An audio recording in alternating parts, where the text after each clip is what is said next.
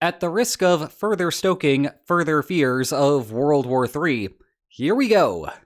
In addition to what is happening between Ukraine and Russia, plus the weeks-long air campaign involving the United States and Iran, a confrontation between the United States and Russia is on the horizon, perhaps in just a couple of days. The battle site? The coast of Cuba, as a Russian oil tanker races toward the island.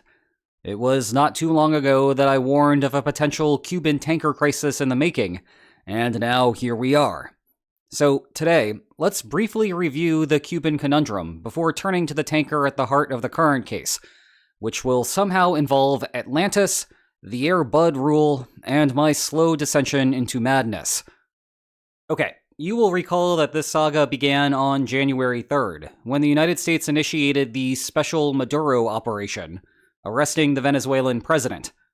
Yes, there was an era when the United States stuck to brief conflict timelines.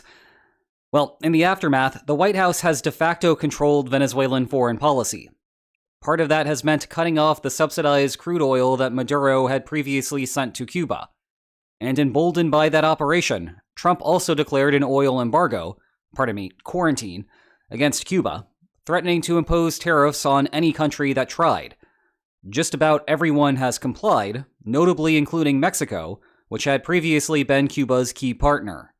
As it stands now, the last oil shipment to Cuba arrived on January 9th. Cuba needs about 100,000 barrels of oil per day to run properly. The island can only produce 40,000 barrels on its own, leaving a 60,000 barrel gap to fill. The end result is Cuba temporarily going dark, and a growing sense of desperation from the government.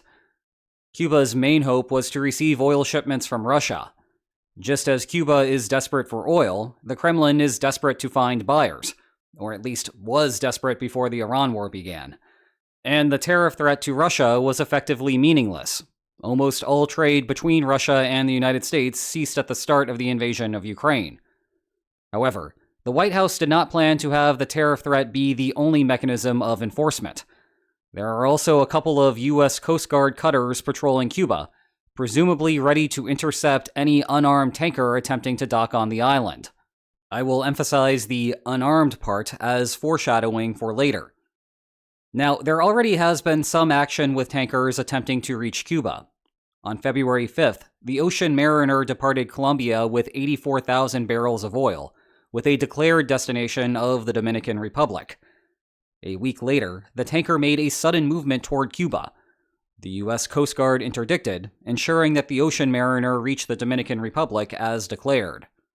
Round 2 also started in mid-February, when the Seahorse left Russia with 200,000 barrels of oil, sailing west across the Atlantic and evidently toward Cuba. However, for most of March, it sat idle in the middle of the Atlantic Ocean, drifting without apparent purpose. On March 17th, it restarted movement toward the Caribbean, this time aiming southeast of Cuba, perhaps to one of many destinations along the island chain. Reports suggest it may be Trinidad and Tobago, though maybe it is Venezuela. To speculate on what may have happened here, a Chinese company owns the Seahorse. Thus, even though it was carrying Russian crude, a third country was implicitly involved. And unlike Russia, the United States has an enormous trade relationship with China. The company behind the Seahorse may have been politically pressured into halting its plan. It then idled in the Atlantic until it found a new buyer, which ended up being an unclear Caribbean country not called Cuba. These two cases were merely the undercard, though, and now we are fast approaching the main event. On March 9th, the Anatoly Kolodkin left Russia. Perhaps to troll everyone, it declared Atlantis, USA as its destination. Cuba is often linked to the mythical paradise of Atlantis, and perhaps the USA part plays into the notion that Trump would love to have the honor to take Cuba. Assuming that it does not pull a Seahorse and stop in the middle of the Atlantic, it could reach Cuba as early as March 23rd. On board the Anatoly Kolodkin are 730,000 barrels of crude oil. Cuba has idle oil refineries in the country that used to process the crude imports from Venezuela. As a result, this one tanker could buy Cuba 12 extra days of normal oil usage, remembering that the current gap is 60,000 barrels per day. Of course, the global context of this move is that it is happening concurrently with the Iran war.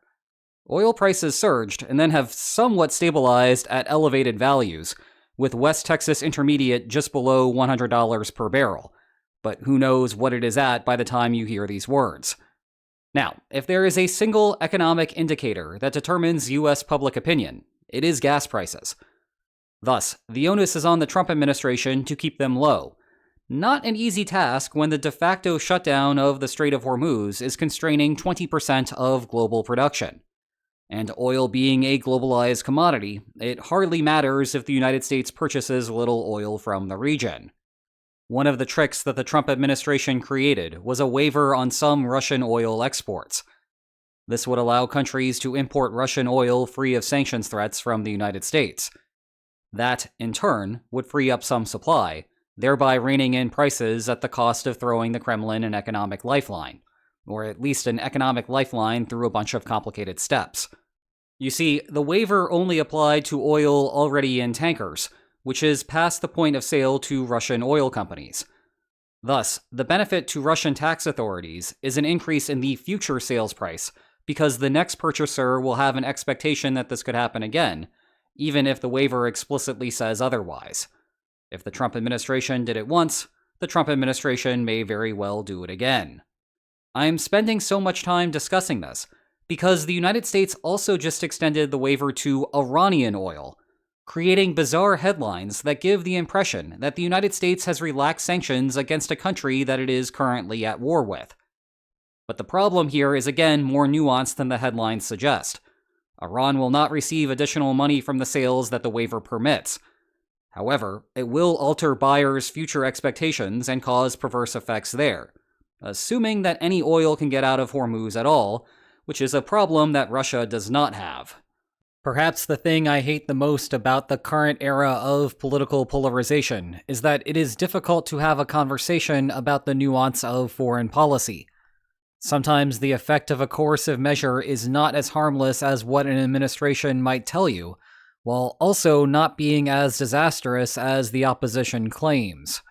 Point is, as I have said before, the waiver on Iranian oil is a parlor trick band-aid that will provide only short-term relief to global oil consumers, while helping an injured Iranian regime, albeit not helping as much as some of the public discourse suggests. With all of that weird stuff happening, you can understand why some weirdness would extend to Cuba. Most of the practical effects of the waiver were intended to open imports to India. Nonetheless, there was some speculation in Russia that the waiver implied that the United States would begin permitting oil imports to Cuba. After all, the official text did not mention anything about certain countries being exempted from the exemption. It was truly the Air Bud rule of oil sanctions in action. Oh, for those of you who did not have the pleasure of growing up in the more pleasant time known as the 90s, Air Bud was a movie featuring a dog who played on a middle school basketball team. How is this possible, you might ask? Well, the rulebook did not explicitly say that dogs cannot play basketball. See, it is a real thing, with a real Wikipedia page. And although this type of loophole sounds like it would be better suited as a plotline for professional wrestling, maybe we ought not to forget that the current US president is a WWE Hall of Famer. So Russia tried to make that play. Well, the Trump administration then issued an updated waiver to explicitly deny access to Cuba, including it with the likes of North Korea and Russian-occupied Ukraine. So here we are. Let me briefly comment on how silly that expectation was, because it completely misses the point of those waivers. As it stands now, Cuba is not getting any oil. This has the effect of increasing supply for the rest of the world, even if it is making now a really bad time to be living on the island. To suddenly open up Cuba would then expand global demand, pushing a price increase to consumers in the United States. But the entire purpose of this whole song and dance is to decrease consumer prices in the United States. In any case, the Trump administration is refusing to budge, and we now find ourselves barreling toward a showdown. Interestingly, Russia felt that it was worthwhile to give the Anatoly Kolodkin a naval escort through the English Channel. Not a bad idea given that Europe has a strong incentive to detain Shadow Fleet tankers. In fact, France detained a false-flagged Russian tanker yesterday. The higher oil prices are, the more money that this denies the Kremlin. Meanwhile, the United Kingdom's Navy monitored the Anatoly Kolotkin as it passed through the channel. No action, though. Not with the escort there, anyway. However, that escort separated from the Anatoly Kolotkin upon entering the Atlantic. It therefore appears that if the United States wants to stop the tanker, it can. No one from the US Coast Guard will be hurt, presuming that Russia has not placed Marines on board. There is increasing chatter out of the Kremlin to start doing this, but it has only been talk so far. And if the Marines are on board, then why hasn't the Kremlin broadcast this to deter a US intervention? On one hand, it seems that Russia showed its hand by withdrawing the escort before getting anywhere near the Americas. Moscow has no ability to project power that far, especially when most of its bandwidth vanishes over the fields of Ukraine. Plus there is the whole Monroe Doctrine thing. Given that, clearly the United States will board the Anatoly Kolotkin if it tries to reach Cuba. If the Cuban government receives that lifeline, it will receive many more such lifelines afterward. The last 2 months of what is definitely a quarantine and definitely not a blockade will then be for nothing. Internalizing the inevitability of the Anatoly Kolotkin's detainment, the Kremlin will therefore instruct its captain to find another location to drop the oil. Yet, at least for now, the tanker persists. Well, on the other hand, one thing to recognize is that the Iran war has opened up a new vulnerability for the United States. The Kremlin no longer needs to send its regards across an ocean. It only needs to ship some aid Tehran's way. Now, actually doing that is easier said than done, and threats are only as useful as the credibility of the potential follow-through. It is not like Russia has huge slack in its weapons manufacturing sector. Rather, the main realms that Russia has provided assistance to Iran are with intelligence and targeting. And presumably, if Russia wants to effectively threaten the United States, it would have to push for deeper cooperation on those fronts. The reason for this is economies of scale. It is incredibly expensive to set up an intelligence network, both on the ground and in orbit. But once established, it is very cheap to share what you know. Indeed, you will note that the United States has continued to give Ukraine the same assistance, despite the Trump administration withdrawing physical aid. It is the same principle at work. Still, on the margins, Russia could threaten to increase intelligence sharing. More than that, Russia has modified the design of the Shahed since Iran originally sold the license. I am sure that Iran would like to get access to the improvements, particularly with AI targeting systems. These threats would be a lot easier to follow through on than, say, nuclear annihilation. As a result, this may be a crisis in Cuba, but it does not have the same immediate nuclear undertones that the Cuban Missile Crisis had. I would be very concerned if I were the current leader of Cuba. I am not personally so concerned that I am currently digging a fallout shelter. Zooming out, if this were a basic bargaining problem, then it would have a basic solution.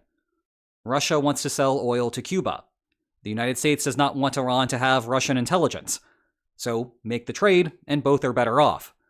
Their coalition partners might be worse off, but the United States and Russia are better off. Well, bargaining here is not so simple.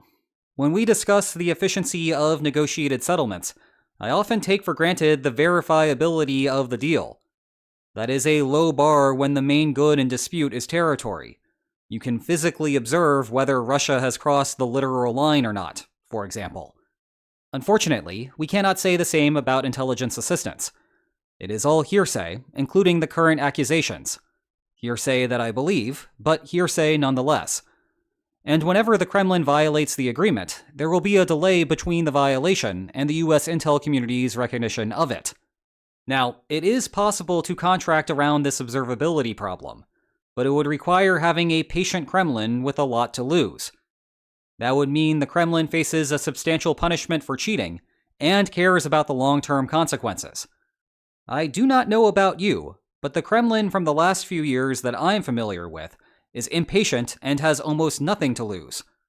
That is why we have been here before, only to also go nowhere. The Kremlin has floated a similar swap, promising to drop assistance to Iran in exchange for the United States dropping assistance to Ukraine. Same observability problem, same lack of a credible bargain. So, to wrap up here, I do not know how this showdown will end. If I knew for sure, then both parties would also know for sure, and we would not be in a position where one side is trying to deny access to Cuba, while the other side has progressed 3/4 of the way to calling a bluff. What I do know is that this is a high-leverage situation that is not receiving the appropriate amount of media attention. It seems that 2026 has no plans to give us a breather. So take a look at one of these many other fun videos while I give myself 24 hours to recover. And if you enjoyed today's video, then please like, share, and subscribe, and I will see you next time. Take care.